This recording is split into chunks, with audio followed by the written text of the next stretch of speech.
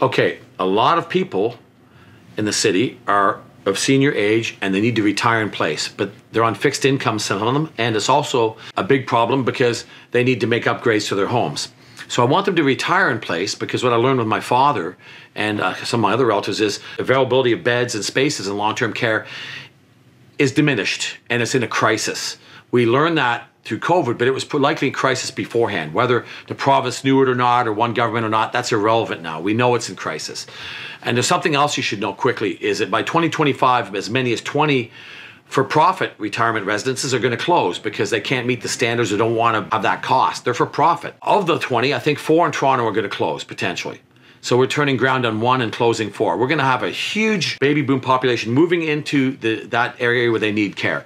So what I propose is the city is double the number of retirement residences they run, because the not-for-profit ones were safer during COVID for people and were run, I felt, better.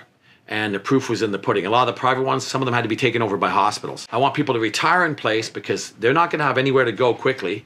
Yet at the same time, too, I want to try and ramp up the ability of the city to administer more retirement residences. At the end of the day, if you're going to retire in place, you may need to make modifications. That's where my microloan concept comes in again. I keep you going back to microloans because you're going to give money back to us. We're not just giving to a big corporation or a contractor or building something abstractly that's going to affect the outcome of the population's well-being. We're going to give microloans where we can actually apply where it has an immediate effect. And that would mean up to $20,000. So you could put in a wheelchair ramp, maybe a lift. You could modify what takes care of your recycling so it can be pulled to the road, maybe make a ramp. These things cost money. So basically, whether it be a tub inside, bars, something different on your door, some other things with regards to your personal safety so you can stay in your home and retire in place, will meet that money because it would be more reasonable to keep our seniors living in their homes. Now, how does that really have to do with the city? Because that's often provincial. Well, keeping the neighborhoods rooted, having the seniors stay in their neighborhoods is critical.